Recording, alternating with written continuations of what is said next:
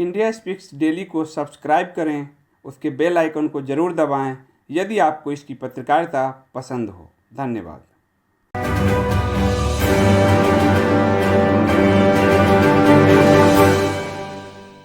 Good afternoon, everybody. Welcome to India Speaks Daily. The phenomenon of rise of Islamic extremism or Islamic terrorism across the world is interestingly enough being accompanied by a parallel phenomenon. The phenomenon of the rise of nationalist governments or right-wing governments across the world. And this phenomenon that began with the rise of the American President Donald Trump, with the American President Donald Trump gaining more and more traction, gaining more and more prominence in global politics, in the global way of things, this phenomenon sort of gained ground, and then it gradually spread to Europe as the traditionally center-right governments, the relatively moderate governments of the European countries, for example, France, Germany and Britain, gradually became more and more nationalist in their orientation. They started getting stricter with things about which they were hitherto relaxed, such as they started sort of enacting stricter anti-immigration laws, and they started cracking down on immigration. And so basically on a larger level, in a larger context, the more move towards nationalization and a prioritization of the local over the global by governments, by countries across the world, and the governments, the more and more nationalist governments, not just assuming a nationalist orientation, but also laying focus, laying emphasis on consolidating a national cultural identity as opposed to the homogenized idea of a homogeneous entity, of a homogeneous globalized entity that for a long while had been the project of the liberal elite, that for a long time had been the project of the communist regime. So we saw governments across the world abandoning their projects, abandoning that global sort of project, the global chimera, in favor of more localized politics, in favor of sort of a politics that identifies more with the rights and privileges of the local people, rather than constantly shouting about globalization, rather than constantly harping back on globalization. And as we see in India also, the Narendra Modi government, which is sort of a center-right government, has also at its center the rise, the asserting of India's cultural identity, the asserting of India's sort of Hindu cultural identity. And Hindu here, just to tell you, is not a binary. Hindu here is not a narrow-minded binary which is talking about the religion as such, but it is an entire way of life, an entire way of living life, the Sanatan Dharma, which the Narendra Modi government is asserting. And what it's trying to do is sort of trying to reawaken a sort of pride, sort of embarking on a kind of cultural awakening amongst the Indian population, and this is the agenda of this current government. So now coming to the second part of the argument, how is the coming to power of nationalist governments across the world connected to the phenomenon of rise of Islamic extremism? Well, essentially because the rise of these governments, be it in Europe or other countries across the world, is essentially signifies the desire of the local populations to combat the threats of Islamic extremism. It signifies how increasingly the populations in Europe, the people in Europe, are getting wary of the Muslim migrants, or to be more specific, they're getting wary of the links to the jihadist terror networks that a lot of these Muslim migrants have. And they're getting wary of the Muslim appeasement policies that the Europe has unleashed for a long time to sort of please these migrants and to give a living space to these migrants, which undoubtedly they rightfully deserve. But then what gradually started happening in Europe is that Europe was to begin with pretty lax about its immigration policies. A number of Muslim immigrants from the countries which were tyrannized by the Islamic Republic, countries such as Syria, Iraq, entered the Western world, entered the European countries in bulk, in hordes, and Europe was once upon a time welcoming these migrants in a melting pot of culture sort of way. Europe was welcoming these migrants, enabling these Muslim migrants to live there, and giving them the right to worship in their own way and assert their cultural identity.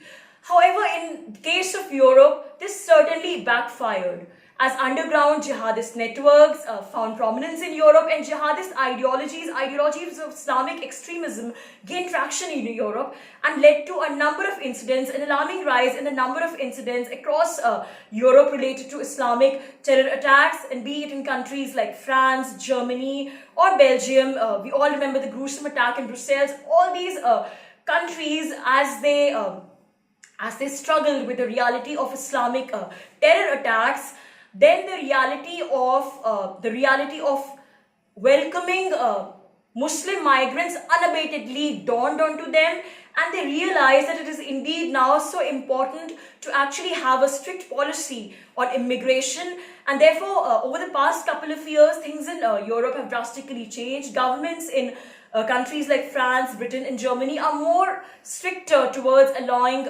Muslim immigrants in. Well, not that they're throwing Muslim migrants out of the country. Of course, these governments still have a liberal stance vis-a-vis Muslim immigrants, but they're certainly more cautious and they're certainly more vigilant. What they've done is that they've stepped up their surveillance mechanisms. They've undertaken massive large-scale police reforms, and they've just generally stepped up their intelligence gathering mechanisms in order to crack down on any potential terror plots, in order to identify any potential terrorists linked to the Islamic extreme jihadist movement, to identify any potential Muslims who can potentially undertake terror attacks in European countries. So the Europe has certainly learned a lesson, and it is certainly becoming more and more assertive towards it's becoming more and more vocal about the fact that at some point of time it has to put a stop, it has to put some sort of a curb on the number of Muslim migrants attending the country. And the recent winning of the British Prime Minister Boris Johnson, the way the Conservatives, the Tory party of Britain, swept the elections by a huge majority, and apparently its largest majority ever since the 1980s, is also a case to point out at. It also points towards the fact that the Brits are also wary of the large wave of Muslim migrants, and that's why the whole world is now witnessing the phenomenon. The whole world is now witnessing the phenomenon of rise of nationalist governments, not just in Europe, but nationalist governments are coming to power across the world.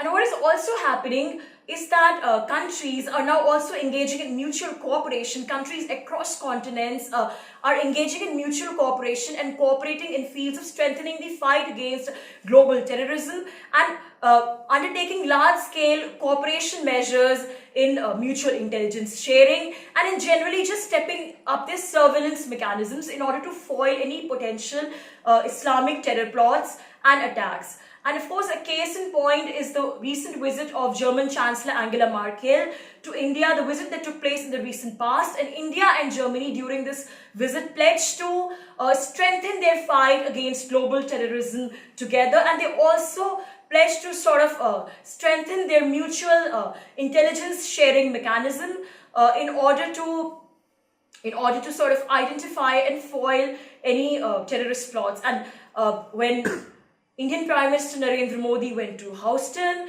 and he addressed a huge gathering of the Indian diaspora in America there, he was also joined by the American President Donald Trump, and this itself was signaling the fact that the Trump being present there with the Indian Prime Minister Narendra Modi, and both of them were also then talking about jointly fighting the global war against terror. So indeed, the whole world has waken up to the fact that allowing Muslim immigrants unabatedly simply is not going to solve the solution.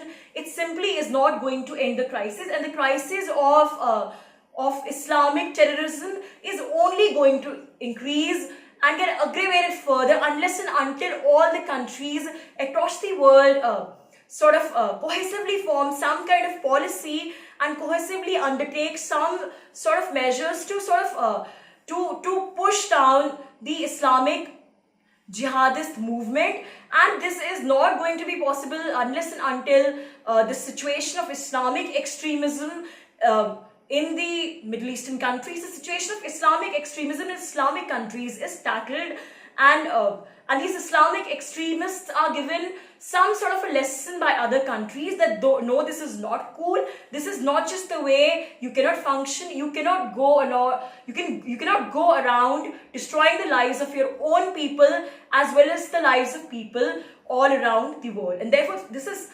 something for which all governments across the world need to gather. Now, the reality of Islamic extremism is, of course, sort of more complicated than what we imagine.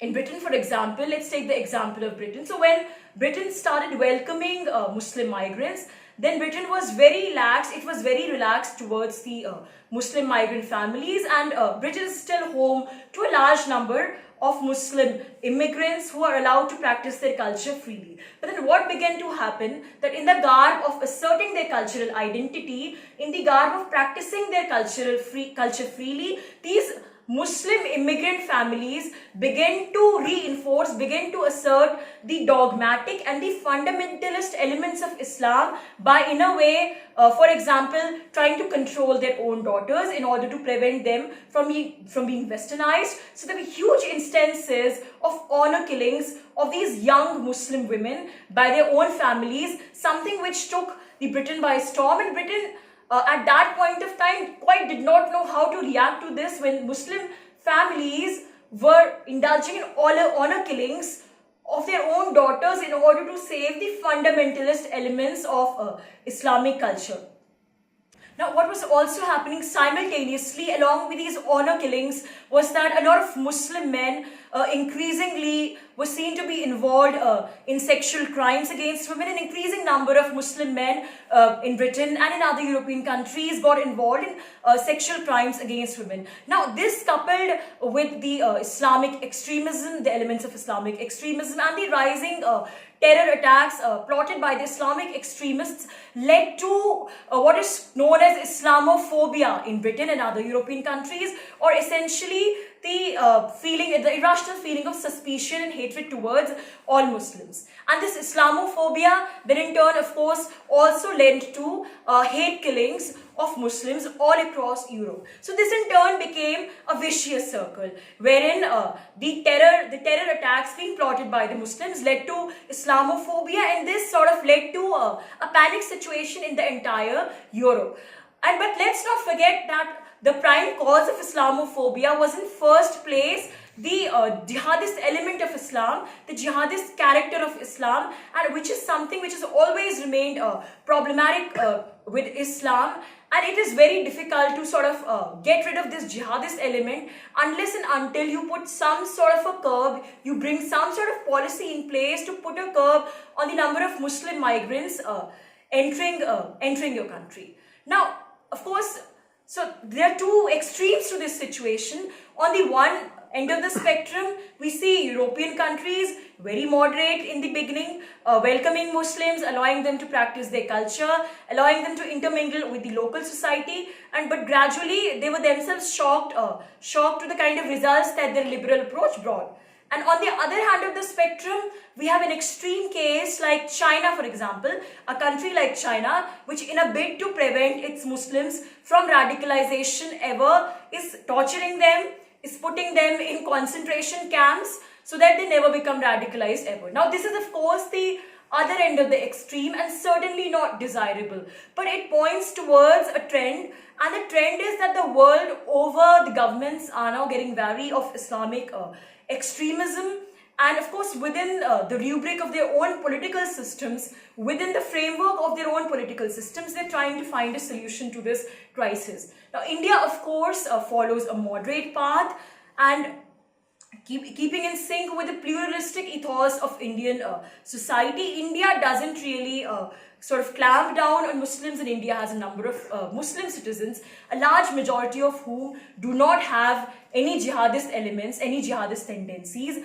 unlike their counterparts in the West, unlike their counterparts in the Middle East. However, recently one sees that whenever the Bharatiya Janata Party comes to power, the opposition parties include the Congress and the left try to play the communal card try to play communal politics. They try to stoke the communal part, and they sort of try to take the Hindutva agenda of the BJP. They try to pitch it as anti-Muslim, and which is why we can see the current protests going on against the Citizenship Amendment Act are also a result of this sort of a complete propaganda being propagated by the Congress and the left.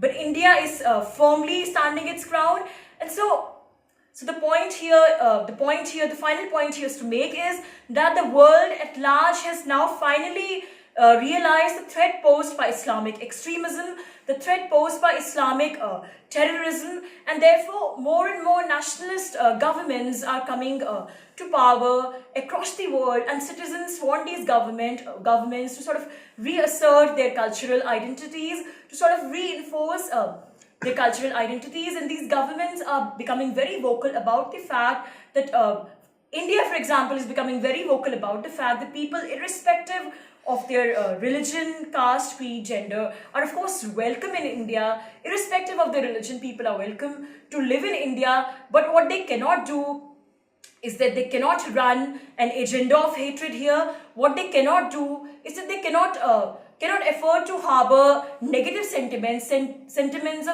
of hatred here towards the people who are in majority in India, the Hindus, that is.